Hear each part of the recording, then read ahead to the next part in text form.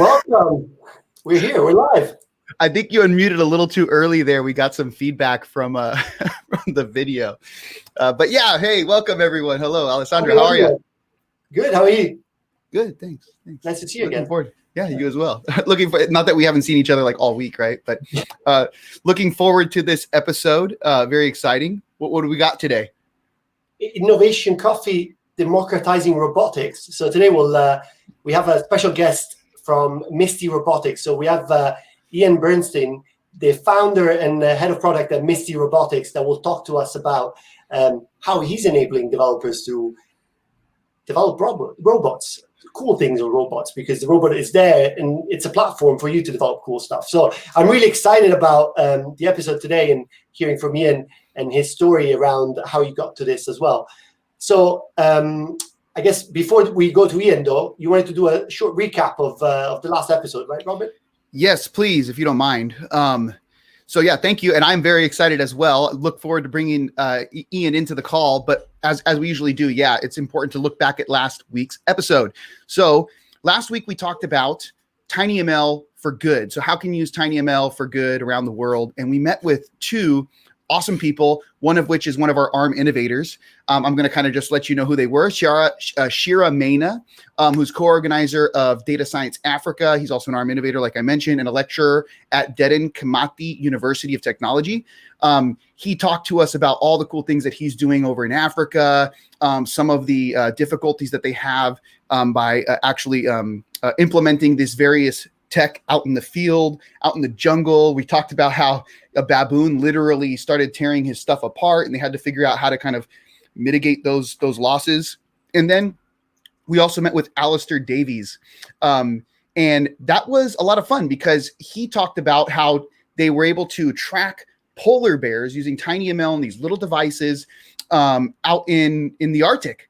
And so how do they track polar bears and make sure that, if a polar bear is sighted, a village can be notified ahead of time, or any sort of thing that could cause them harm can be notified ahead of time with long lasting batteries and, of course, tracking all sorts of cool things. Anyways, if you want to check that out, I did put together a link here, and you can go over to the bit.ly /Innovation Coffee 3. You can go check out that video.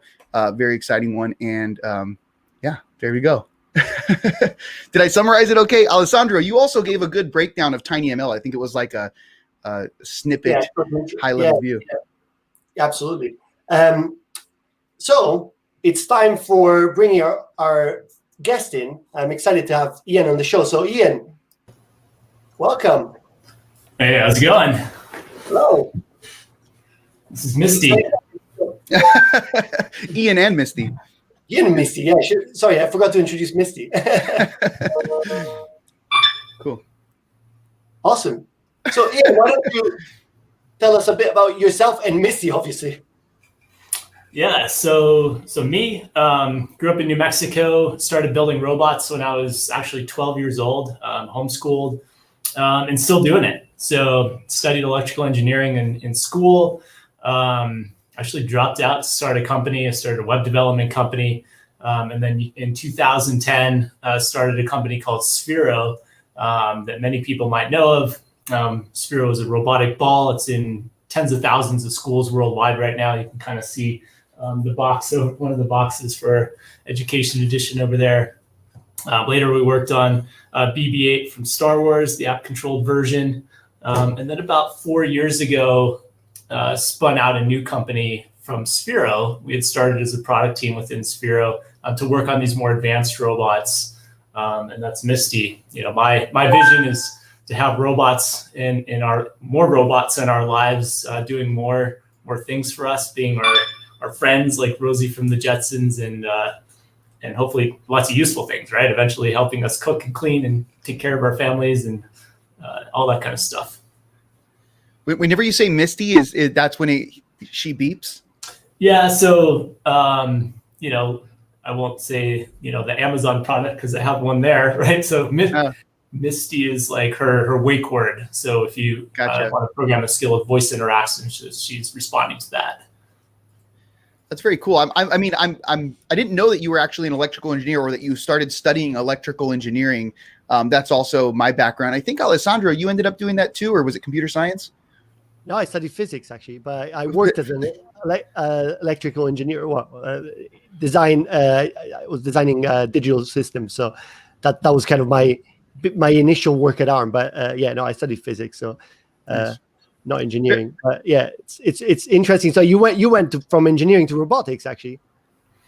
Yeah, I mean, I pretty much started with robotics, actually. I mean, when I was 12, my dad found a guy that taught electronics at a tech school, and they worked out a trade. So this guy could start teaching me about electronics. So, learning about resistors and capacitors and just sort of the basics, current and voltage. And a few months into that, he showed me a flyer for a robotics competition that was going to be happening.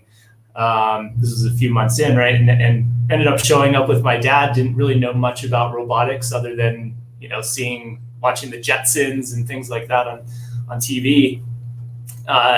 Showed up at this competition. It turns out they had a workshop where you could build your own robots.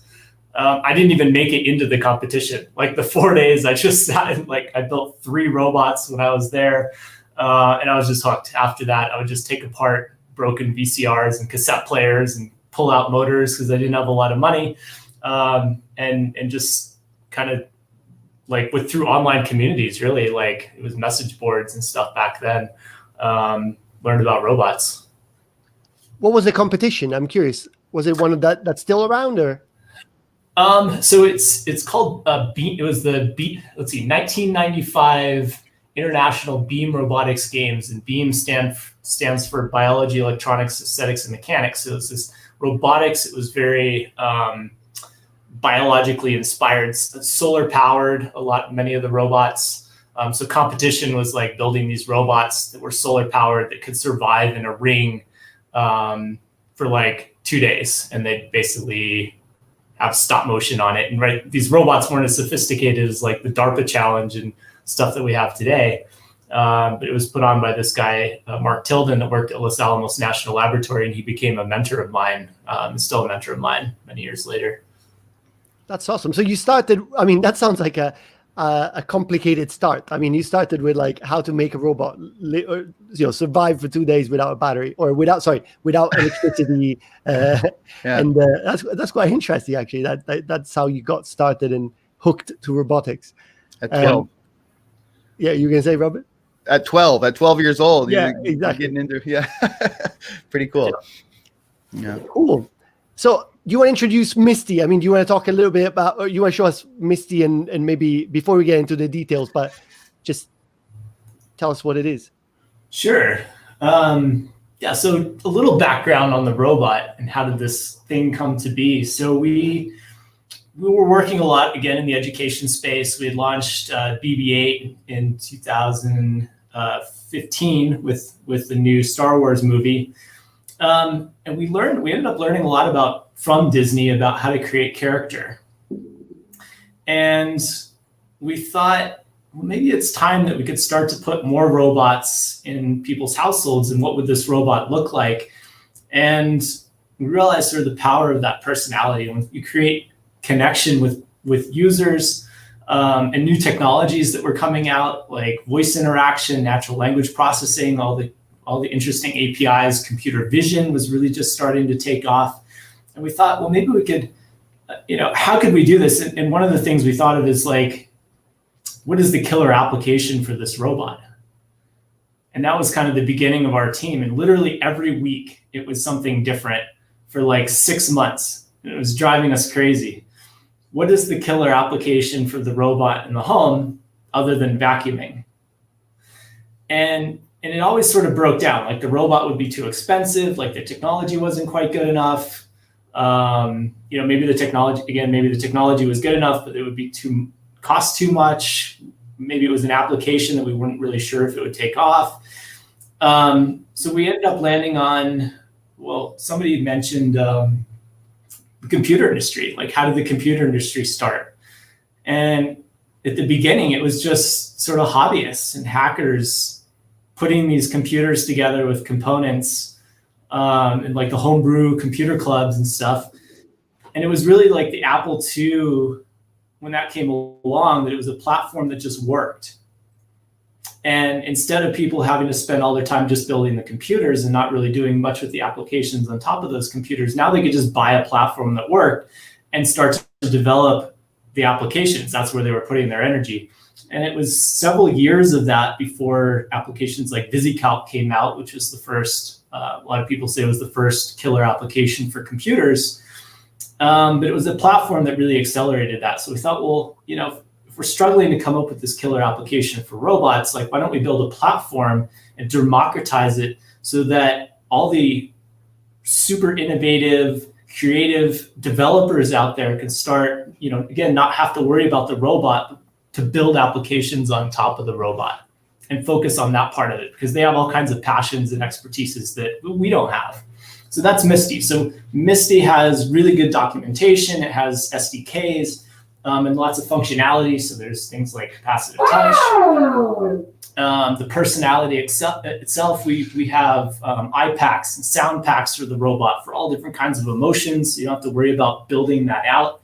Lots of example code. We have a high resolution camera for computer vision. We have 3 more cameras and a laser projector that do mapping and navigation. We have 3 microphones on the top for audio localization, voice interaction, of course, speaker system. The arms move. She has treads on the bottom. She can drive around. She can charge via a plug, DC plug, or a wireless charging mat that she can drive onto. Time of flight sensors in the front, which are distance sensors for detecting obstacles. There's also downward facing ones so she doesn't drive off your stairs. And then lots of hardware extensibility. So, you know, I'm a hardware guy. So she has this backpack on the back that's magnetic. This is actually not, the cover isn't on there, that looks better. But this is just a proto board that comes with all the Misties. And on this example, like I've soldered on it's called an ESP8266, which is a little cheap Arduino Wi-Fi board. And that's actually just for a project I was working on a couple weeks ago, where Misty can communicate over a mesh network to this, which is just a little puck. It's kind of like those things that you have in a restaurant to let you know your food's ready. But we wanted, for an application we'll talk about in a little bit, to have Misty be able to notify a reception desk at a company. So that's something I was prototyping with that backpack. So Ian, this is awesome. I mean, I love the magnetic part. I've always been a huge fan of, or I should say, I've always been a huge fan of magnetics, but I also feel that technology and the things that we use on our daily basis don't utilize it enough, right? Mm-hmm. So like to see kind of like this modular approach with magnetics, I think that's amazing. I think I really like to hear a little bit more, because you talked about all these outer sensory components, right? You know, the cameras and the microphones. Can we hear a little bit more about kind of like the guts of Misty, like what's going on inside, what chipsets being used, stuff like that? Could you, maybe some connectivity, like, you know, is there any modems on there or something like that you could tell us about?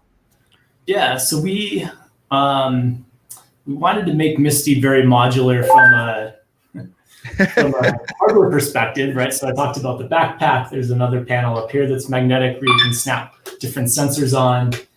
There's a trailer hitch in the back.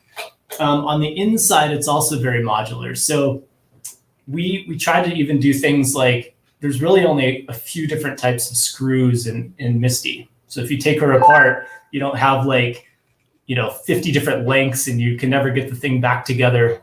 So 2 screws here, the visor comes down, 2 more screws, and the head actually hinges open. And inside her head is kind of her brain. So we have 2 cell phone class processors from Qualcomm, ARM based. So one's a Snapdragon 410 and the other is a Snapdragon 820. So the 410 is running Windows Core IoT, and that's kind of running, or like if you wrote a skill for Misty, it runs there. You can write skills in JavaScript, you can write skills in C# that run on the robot, or you can use the RESTful APIs to write your skill in whatever language you want and then send that over Wi-Fi. The other processor, the 820, is running Android, and that's doing mapping. That's doing a lot of the computer vision stuff. That's doing some of the audio processing. And then for the real-time systems, because there's motors and sensors, we have two quick processors down here. What's that? Sorry, real quick. I want to touch on that before we kind of like diverge away. So you were saying that, okay, so you have the Snapdragon 410 chipset that's running Windows IoT Core, and then you have the 820 that's running Android. I'm kind of curious. So, I mean, could you maybe tell us why these were chosen? I mean, I get that you're running these particular components on there, but I mean, you know, when you're developing, a lot of developers might say, well, why didn't you go with Linux? Yeah. So, why don't we flip over to like the slide that I have? I'm going to show a picture of one of our early prototypes. We called this Mars, and this was long before we had decided on the industrial design of Misti. This is just an off-the-shelf platform we found on eBay that we laser cut some plastic and screwed some boards onto. So we previously at Sphero, all we worked with were small embedded, microcontrollers, the kinds of things that run the real-time systems on Misti. So we knew we needed something a lot more powerful to be able to do things like computer vision. And we found this board called the Dragon board off Arrow that uses a Qualcomm Snapdragon 410C. And that's what we started developing on. And initially we had started with Android. And Android just wasn't designed for sort of real-time systems like we were trying to do. It worked very well if you were building a cell phone with a screen. But for what we were trying to do, it was kind of slow. And when we heard about Windows 10 could also run on our board. We tried that out, and being able to develop on that side, things just went a lot faster for us. So that was kind of the main reason. Some was accessibility, like Arrow and Qualcomm being able to provide a board like the Dragon board worked really well. It seems like taking the Dragon board, right? Because I mean, as far as I understand, that chipset is upstream, right? So like it has an upstream kernel. Someone could technically, if those are the chipsets you're using, someone could technically take a Misti and do whatever they want with it, right? I mean, that is robotics as a platform. If they choose to continue running your Windows 10 IoT Core and your Android, they could, though, still rebuild the entire thing from the ground up. They wouldn't be using your software, though, right? Is that kind of the thing? They wouldn't have the Misti. It wouldn't be Misti, I guess. Right. It'd be just more the robot physically. Yeah, you totally could. I mean, finding good, robust robotics platforms is quite difficult. Like, as you can see, the best we could find for what we were looking for was this, little aluminum chassis that we found on eBay, right? And it doesn't look like that friendly, something that people might want to have in their office or their homes, unless they're probably like us and engineers, and then we like kind of that thing. But so it's totally, somebody could definitely rip out some of the electronics that we have in here, or just, tap into the Qualcomm processors on here and write their own software if they wanted to, and just use Misti as a frame, right? As a body. And it's true that when you go online and you try finding some of these chassis, they're either really crappy or just non-existent. And if you want to go like really top tier, you're going to end up, either making it yourself with some sort of 3D printer or cutting out metal pieces on CNC machine or whatever. But yeah, so I mean, I think that's awesome. I mean, you already have all the stuff built, the foundational software built, but if someone did want to just take it and kind of start over, with the software side of things, they could also do that. And that's, robotics as a platform, really cool. Yep. I don't want to jump ahead, but I was going to say, I do like, I guess, the fact that you're trying to build, or you built, an object that's not just functional, but also easy to use, easy to develop on, and also something that's actually kind of pleasant to look at, right? And I think, people kind of forget that, right? But like a robot, especially if it lives in a house, right? If the objective is to have a robot in a house, it needs to look somewhat like, nice, or I guess it's adorable.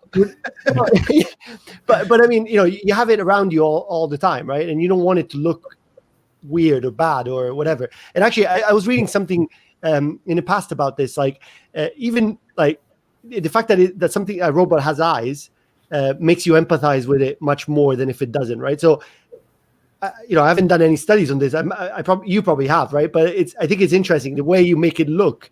Actually, could kind of Humanize produce it. different outputs in the people that are using it, right? So, yeah, I mean, one of the interesting things that we found, tell this story sometimes is, I was at an event, and it was in the early days when we had just launched BB-8, and I had handed my phone to somebody or one of our test devices, and they were driving BB-8 around, and they drove BB-8 into the kind of side of the room, and it got stuck. BB-8 got stuck on some cords. And, because I was very involved in the development of BB-8, I knew that it was both a problem with our app and the way the joystick was functioning and the control system inside BB-8. Like, I knew that was the real problem of why they got it stuck, not that they were like really bad drivers of controlling BB-8. And, so I'm in my head like, shit, we need to, thinking about the email that I need to send to the engineering team so that we can correct this, so this person doesn't have a bad experience. And that's just me coming from my product side. And then I look over and the person runs over to BB-8 and it's like, oh, I'm so sorry.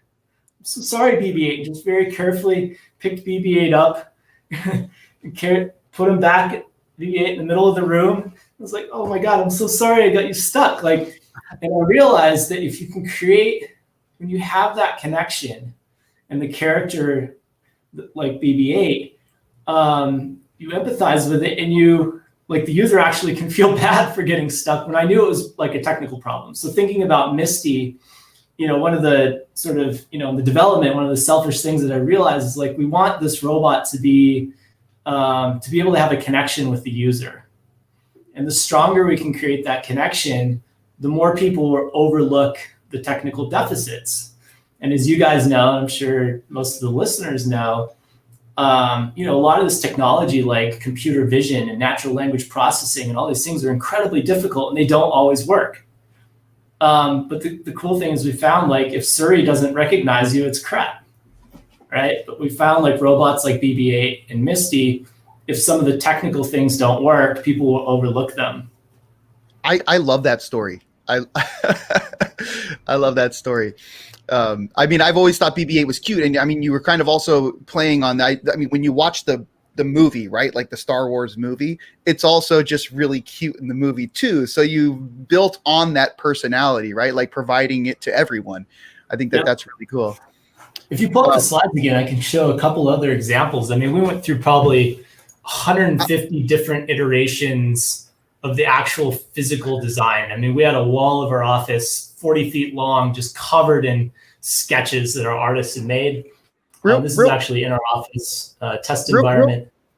Real quick, Ian, I'm kind of curious because, I mean, I think you're close to my age maybe, but what's your take on, because this all kind of almost goes back to the core. The first at-home freaky little robot was a Furby, and it kind of started learning. Did you ever have a Furby?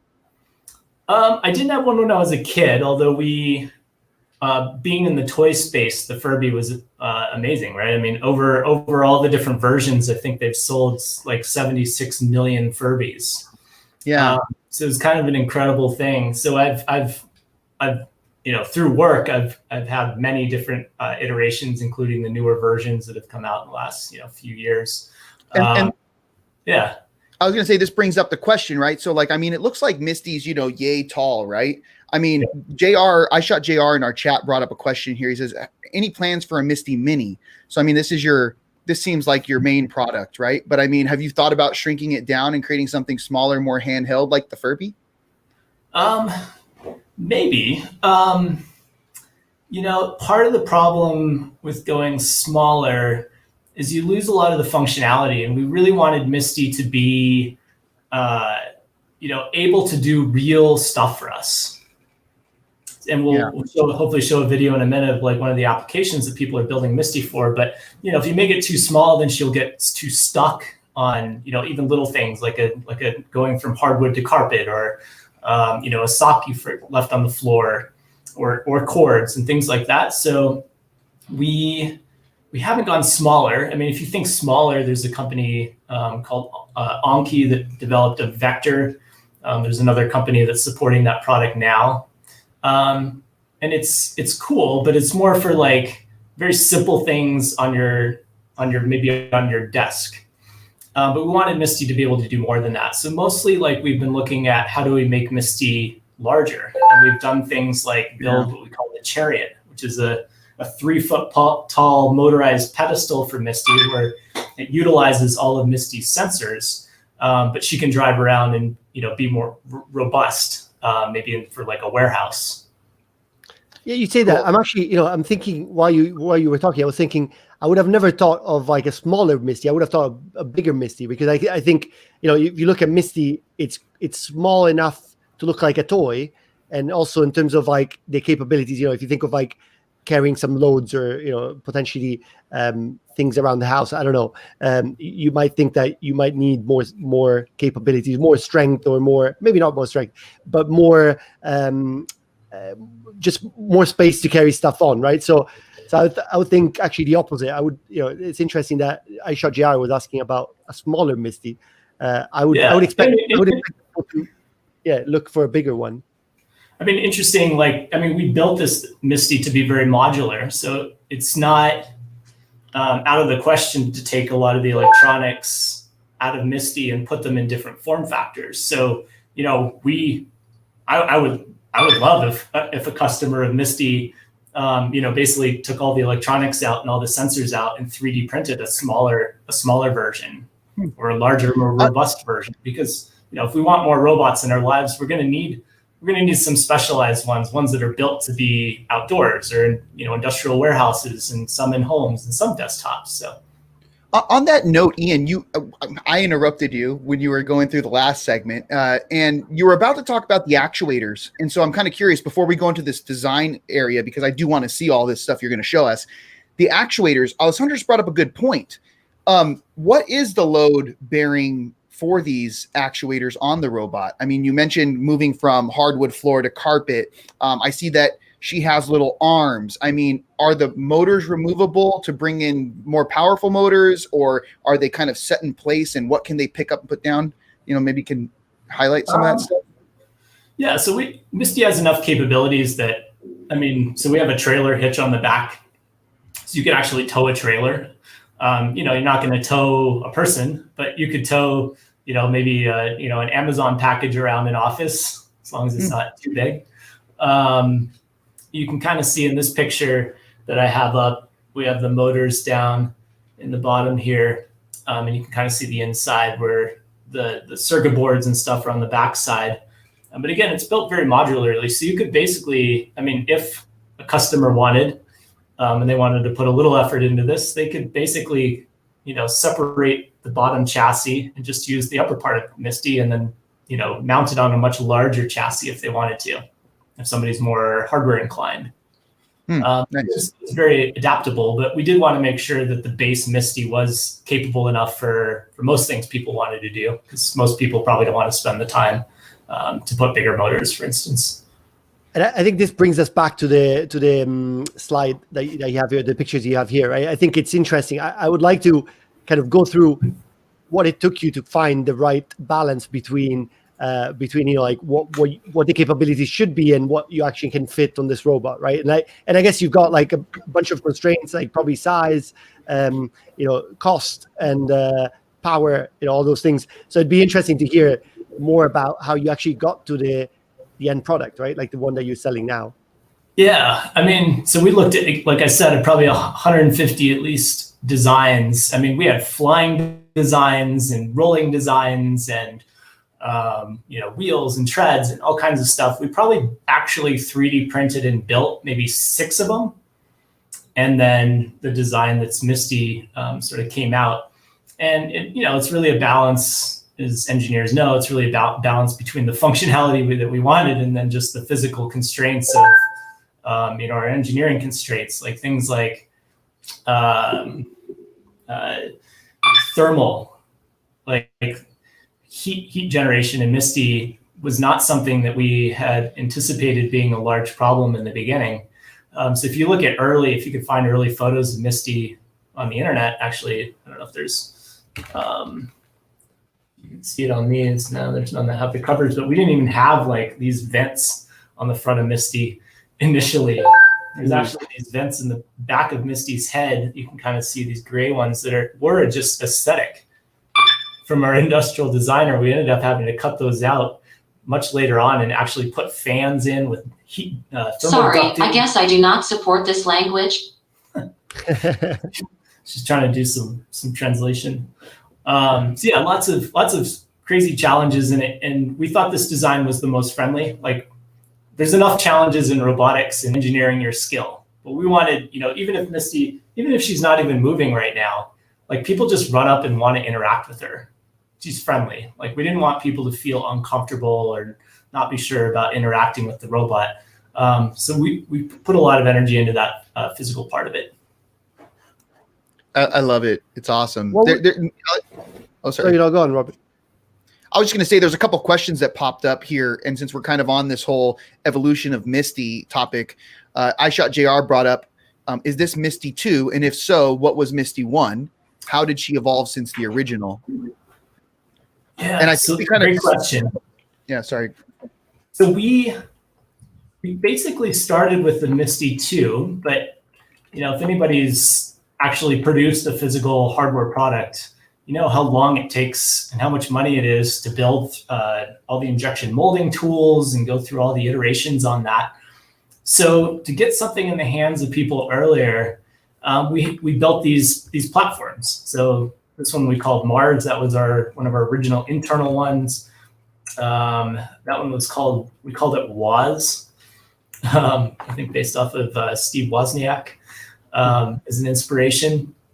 Again, this was another internal one, and we thought, well, maybe we could just release something that's a little bit more rough out to some software developers so that they can start playing around with the platform before the robot is actually, looks super slick.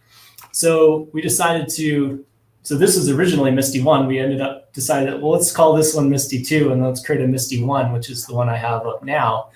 And this is all laser cut. We had a team of college students helping to assemble these, and it's a lot of the same electronics and software at the time that Misty 2 was, but we could get it out quickly before all the molds and everything was perfected. So we ended up shipping probably 40 or 50 of these that we produced out to get some early feedback from people, and then most of those people then upgraded to Misty 2 when it came out. I remember seeing you at the Maker Faire a couple of years ago, and I saw this model on your table, I believe. You get to kind of look in there and you can see the boards and everything that's going on. I'm kind of curious, have you thought, because it's pretty big in like the DIY space, if you have all these 3D printed parts, you could almost kind of like individually package up all the internal components, throw the laser cut pieces into these, numbered bins, and then ship it out in a box and say, hey, build your own Misty DIY project kind of thing for a kid. That would be just so awesome. I'd buy that tomorrow. And I could buy the Misty, right? Like itself. And I could say, oh, I'm going to buy this Misty, have it already. But kind of like the idea of putting together a puzzle, it's exciting and also fun, right? It feels like you kind of nailed it with this one too. It is interesting. And it's, especially the demographic that we saw at events like Maker Faire were exactly like what you just said. Like, a lot of those people like the Misty 1 design better than they like the Misty 2 design, right? Because we like to see the electronics and the circuit boards and the wires hanging out. That's why I don't feel awkward. I think I definitely agree. There's something there, like for some of the engineers and hackers, like, we like that. Yeah. I like both of them, but yeah. I don't feel awkward anymore because I was going to say I really like this one, actually. I'm glad you said that. There's a lot of people that like it, so it's not just me. But I really like this this kind of like simple version. The reason why I like it is because you can actually see the sensors, right?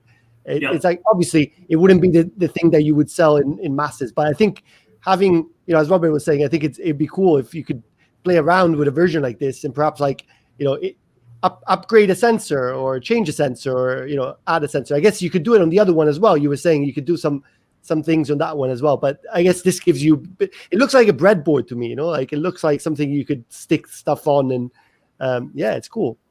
I mean, so one of the reasons we wanted something a little bit more polished is that so everybody's Misty is very much the same. So that if I write a skill for Misty, Robert could load a skill on his Misty and it would function the same way.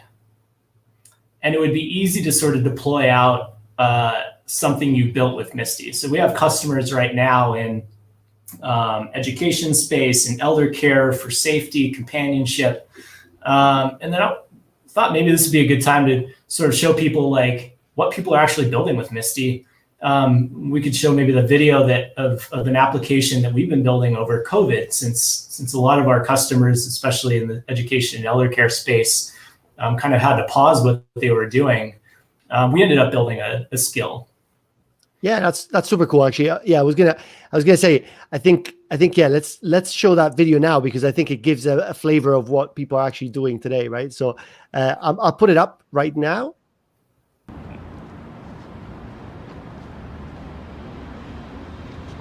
Good to see you.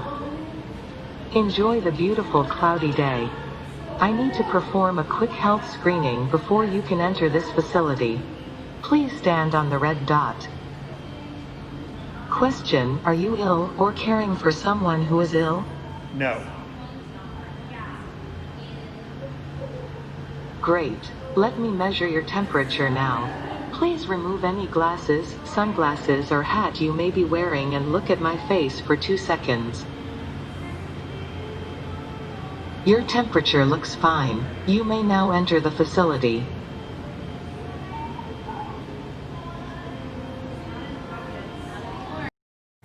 So that was actually from several months ago. So you could see it was an early prototype that we were actually sort of developing the skill. That was a local co-working / coffee shop in Boulder that we were at.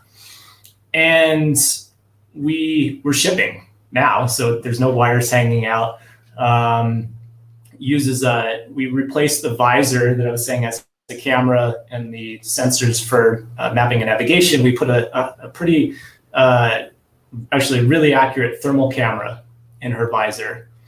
And the little black thing, if you noticed off to her side, is a reference temperature device. So every person that comes through, we calibrate the camera off of that, which is set at a known temperature.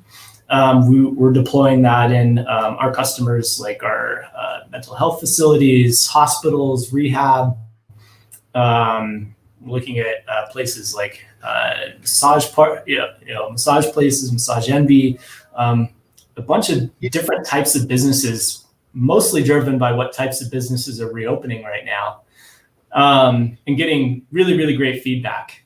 So something where normally people are, starting to get used to the person holding the temperature gun up to their forehead, and somebody actually putting themselves at risk to screen people for health questions and temperatures they come in, can interact with the robot. And I mean, almost everybody just walks away with a big smile of having this novel experience with Misty.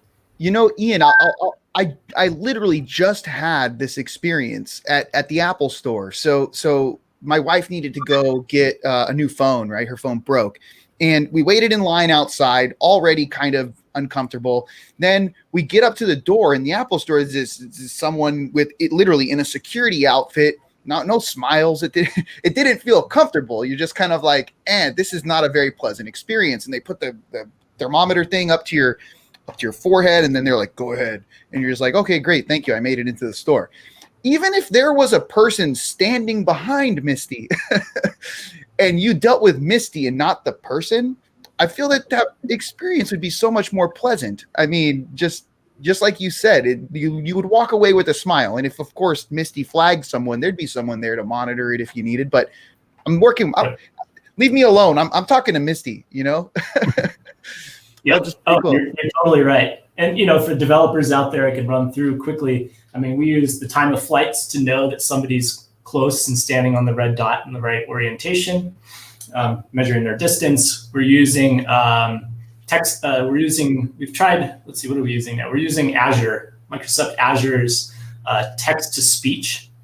So when she says, welcome, like I need to take your temperature, like all that is customizable, and the screening questions can be customized by the business via a config file. We use obviously the thermal camera hardware that I mentioned, and then we use, right now we're using speech to text. So when somebody says yes or no I have not, or variations of that, we take that audio, we send it to also Azure, convert that speech to text, and then we generate the appropriate response based on that. Just talk about a little of the cloud functionality and things that the skill is using. Awesome. But you can imagine, where people can go from that is Misty being the security guard at night and the receptionist and checking people in and saying, hey, who are you here to see? Ian. Oh, okay, I've notified Ian, text me. I can picture like Misty sending a signal to some compartment above the entranceway that releases an electric net. You are not granted entry. That would be fun. Some companies want to integrate with their access control systems, right? For their employees, right? The next door is locked. You can tie in. So as soon as you've done your temperature screening, you have time to hit your fob and then actually get access. But you won't get access if you haven't been screened first. Yeah, that's actually really cool. So that's kind of like a connected office somehow. Like you could think about, as you said, like you could connect the response to actually enabling opening doors or opening an elevator or whatever it is, right? And that's actually quite interesting. So you could enable Misty's, and it doesn't have to be a temperature. It could be other things. It could be that it asks for your name, and if your name is not on the list, it doesn't allow you, all sorts of things, right? So that's quite interesting. I never thought of the use case in which, because I was kind of thinking as Robert, like there is a limitation here that the robot is not able to stop you physically, right? But then it doesn't need to, because you could lock the doors or you could, do something else afterwards. So that's quite interesting.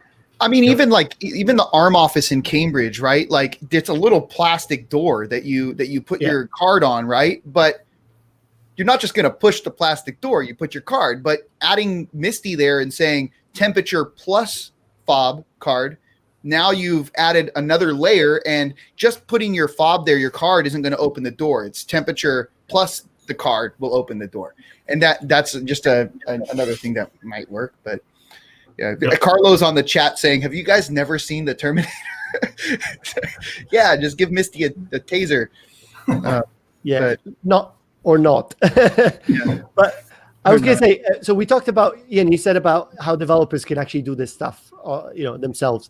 I was going to say, for people that might not know, that we actually have Arm DevSummit next week, and we're actually having a workshop run by the Misty team, actually, that will allow you to write skills for Misty, right? Or do some development on Misty. So that's going to be interesting, right? I mean, do you want to share, like, I guess, what could you get done in?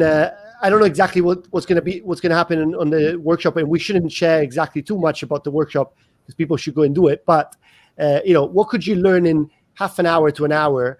How easy is it actually to deploy stuff on Misty? Yeah, so probably you could write a simple JavaScript skill. So you can check out, on your web browser right now, you can kind of see what some of the functions are. You can load up sdk.mistyrobotics.com. And if you had a Misty on your network, you would just put in the IP address and send programs and try different functions. But yeah, in the workshop, we'll have a couple Misties set up that you can send code to and actually run it on the robot. But yeah, definitely some basic stuff like, have her look around, maybe try some, face recognition or some basic things with audio. So I know it's a limited time, but it'll be a pretty fun workshop for sure. Awesome. And I mean, you mentioned about, you need Misty to actually do this stuff, right? I've heard something about DevSummit and Misties. I mean, Robert, did you hear anything? What's going on? I don't know. Maybe we should ask Misty. Misty, are you going to be at DevSummit? Yeah. What did we hear, Alessandro? You go ahead. Yeah. The good news. I've heard that there might be a couple of Misties given away at DevSummit. So I think you should check DevSummit out if you haven't done so already. Yeah, I think it'd be cool. Like it'd be cool if next episode that we have, someone from the audience actually has a Misty with them, right? So I think that'd be super cool. And then we could send you a picture, Ian. What'd you say? So we pull them into the call if someone exactly. If you have a Misty, if you're on YouTube and you have a Misty, DM me on Discord or something. We'll get you in here. So Actuators his head is blowing up. He didn't expect this news. So I'm excited. I'm excited. It's gonna be cool. Yep. There is a question here actually from Actuators on Misty security. Going back to So that's good. That's a really good point. Obviously, security and privacy is extremely important. Something we decided, we went back and forth on how much we sandbox Misty's developer environment. How do we handle things like, in somebody's skill, can they take a picture? And what we decided after like literally months and months and months of going back and forth was, let's really release this as a development platform. Let's let people have more freedom. So instead of us sort of prematurely locking things down and sandboxing things and making it maybe difficult to do stuff, let's give developers basically full access, but give ourselves a path to lock those things down after we learn what people actually want to do. So we're still in the early phases. We only just started shipping Misty 2 in September, October of last year. So I guess it's coming up on a year. We're still just seeing like what people want to experiment with, and we can lock things down as we go. So again, right now, if you're looking for the most secure robot out there, I'm going to be honest and say it's not Misty right now, right? But I'm encouraging people to play around, try different things, and when we learn what you want to do, if you actually want to deploy that out into the real world, then we can work with you to lock the appropriate features down so that it is secure. This does kind of allow you to fork off, in two different directions. I mean, if in the future you decide to lock something down, that leads more down the line of a consumer product, like less of a developer product. But you could still keep those DIY kits active on a separate line and allow people to develop on it as well. So, I mean, I think that's really cool. You're keeping it open for now, and as you hear about what the people want, lock it down. Yeah, I mean, we're definitely aware of it. Like, I go to DEF CON and things like that. I know what you can do when a consumer product is not locked down, right? Yeah, I mean, the last thing you want also has cameras on it, right? And so if there's any level of connectivity on there, someone being able to tap into a robot that can walk around your house and see, it can be pretty malicious. But I mean, you're putting it in the hands of the developers to ensure that. So, I mean, I think that's still really cool. Yeah. And we didn't touch, one thing I wanted to touch on that we didn't actually touch on in our conversation so far is open source. So I read that Misty is open source to some extent. So I read on the website that's it's got some open sourceness. So can you tell us more about what's open source in Misty? Yeah. So we basically had kind of a methodology at Sphero that we then translated to Misty, which was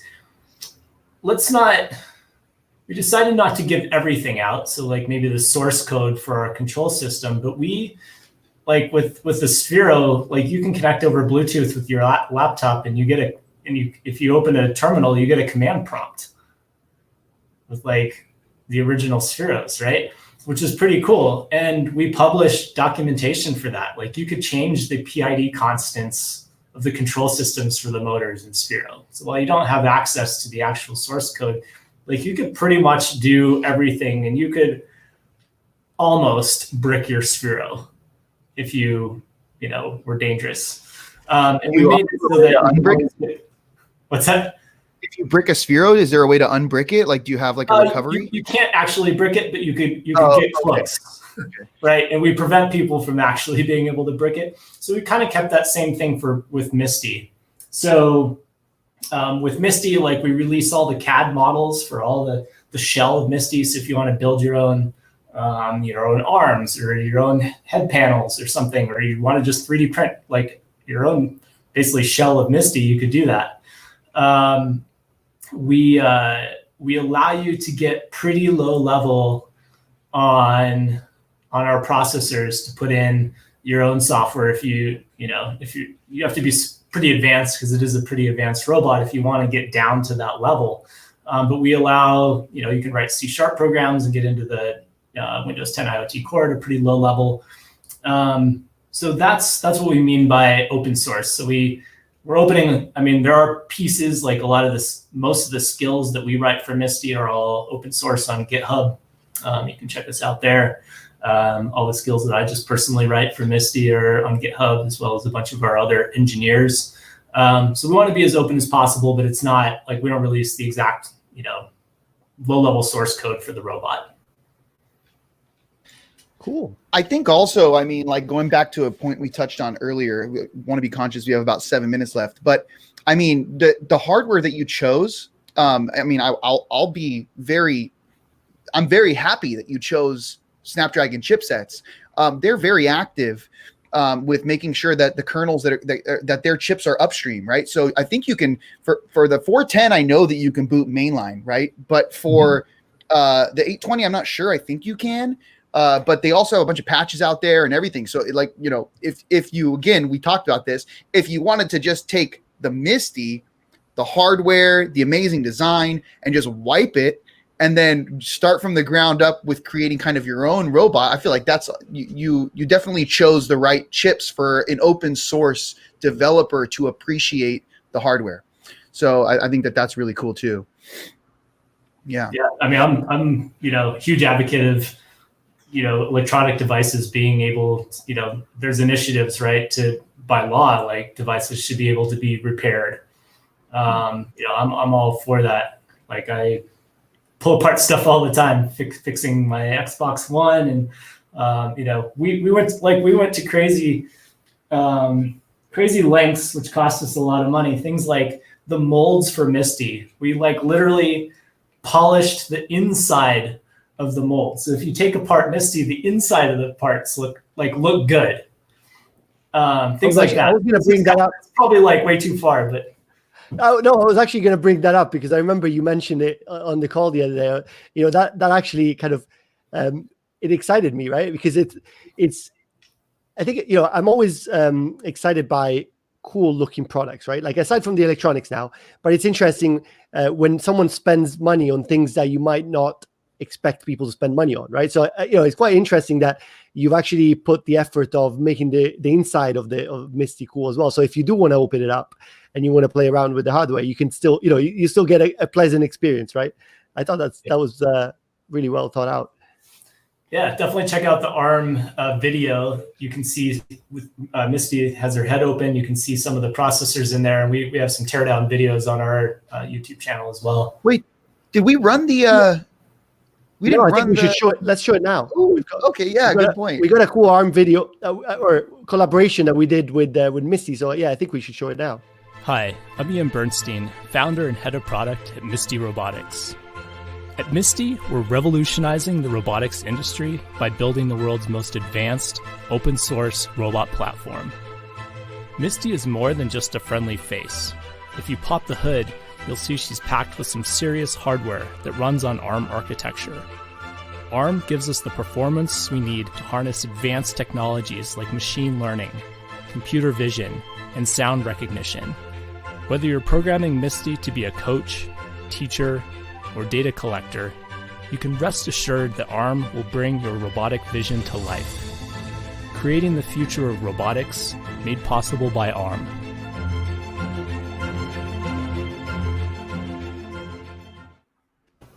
What a legend. That they make those videos so epic. I love it. I love how they do that. I like the slow motion. Okay, so sorry, go ahead, Alexandra. No, just a really short snippet here. It was a bit annoying because usually before COVID, I did shoot a couple. Well, I didn't shoot them myself, but I participated in a couple of shootings of videos. So we would have met in person if it wasn't for COVID, and I couldn't. Obviously I couldn't fly to the US, so we had to shoot it in a different way. But it's unlucky because I would have loved to be playing with Misty's while we shot the video. Yep, I think that was my last haircut that I got for that video. COVID haircut. So we have 3 minutes left here, and I know this is going to be a really short moment, right? We won't have too much time to elaborate on this, but I did want to talk about the path to product, okay? Because I just noticed, and I forgot I wanted to bring this up, but when we watched that video, you can see the head opened up, like you mentioned, but the Dragon board is no longer in there. The Dragon Board 820 and the Dragon Board 410C, they're no longer in there. And so I want to kind of like talk real quickly. If you could give us kind of like your whole path to product when you were going through, low disk space, something popped up. When you're going through the development process, you then had to at some point choose a new chip or a new board, a SOM or something going there. Yeah. Could you just give us a lowdown? Yeah, sorry. Yeah. So when you when you start a product, usually you're just using off-the-shelf development kits. Like we use the Dragon board. You saw that slide with the Mars platform. So that's the very beginning. And then at the end, you have a product, like an iPhone or a Sphero BB-8. I mean, if you open up the new Spheros, I mean, those things are so polished and cost reduced to exactly the size processor you need. So we can bring the bill of materials down to exactly the right point. I would say Misti is probably, if 0% is the dev board version, and the iPhone is 100%. I would say Misti is 70%. So we went from the Dragon board to what's called SOMs. It's a system on module that we bought from a company that was called Intrinsic, and that has we have one SOM for the 410 and one SOM for the 820, and that has a lot of the hard PCB layout problems on it. It has the Bluetooth, Wi-Fi module on it. So it simplified our design a lot. So it's kind of a halfway point between, really cost reducing and putting those chips directly on our own PCBs, like you would do if you really wanted to bring the bill of materials down, and the balance of getting the product out quickly. So if you see in the video, you'll see those two little circuit boards stacked on top of our main board. Those are the Qualcomm Arm Snapdragon SOMs. Awesome. Yeah. And cool. I think with that, we basically have to wrap up. But I wanted to remind everyone that if you want to know more about Misti, you can join next week's Arm DevSummit and find out and actually play with Misti, or kind of remotely play with Misti, but still play with Misti. So yeah, and Ian, did you want to say anything? Any last? Did you have any last things that you wanted to share, or things that you want us to put up on the screen? Yeah, I mean, definitely check out our website, MistyRobotics.com. Even if you don't have a Misti, join in our community in the forums. See what other people are doing on there. If you have a business or know a business that could use Misti as a temperature screener, it's temperature.mistyrobotics.com. So definitely check that out. And yeah, definitely go to the workshop next week. It'd be awesome to have you there and participating in robotics in general. It's a cool field and it's accelerating super fast. And follow Ian on Twitter. Yep, Robo Dude. Absolutely. All right, there you go. Cool. Okay, Robo Dude. Awesome. Well, it was really cool to have you on the show and talk about Misti a bit more. Now I feel like I know her better. I just can't wait to actually have her in front of me and talk to her. So I think when COVID is over, first thing I'll do is fly over to your office and have a chat with Misti and you. Yep. Robert, you want to say a couple last things? Last things here, of course, Ian, thank you so much. I mean, this has just been awesome getting to know you and Misti.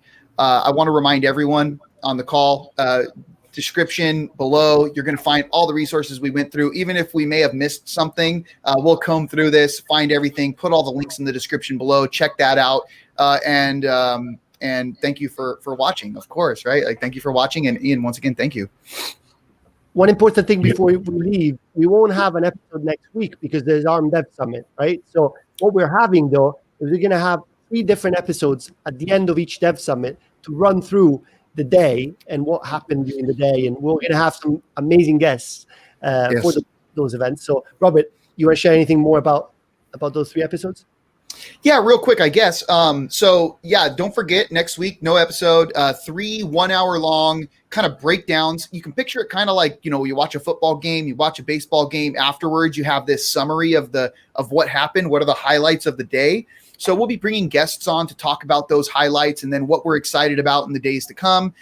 This is a great opportunity to possibly get some more time with some of these technical experts who have participated throughout the event. Day 1, we're going to be meeting with Mark Abrams from Rancher Labs. Day 2, we have Alex Glow, and one of our favorite guests, iShot JR, will be joining us from the community. So iShot JR, shout out. Don't forget, set your reminders there. And then on Thursday, which is the 3rd day, we're hoping to get some special guests from inside ARM to talk about some amazing things around developer. But yeah, there you go. Those are the 3 days. Ian, you'll be there? Yeah. Yeah, nice. Cool. Thank you again, everyone. Thank you, Ian. It was awesome. Thank you for coming on the show. Yeah. Thank you.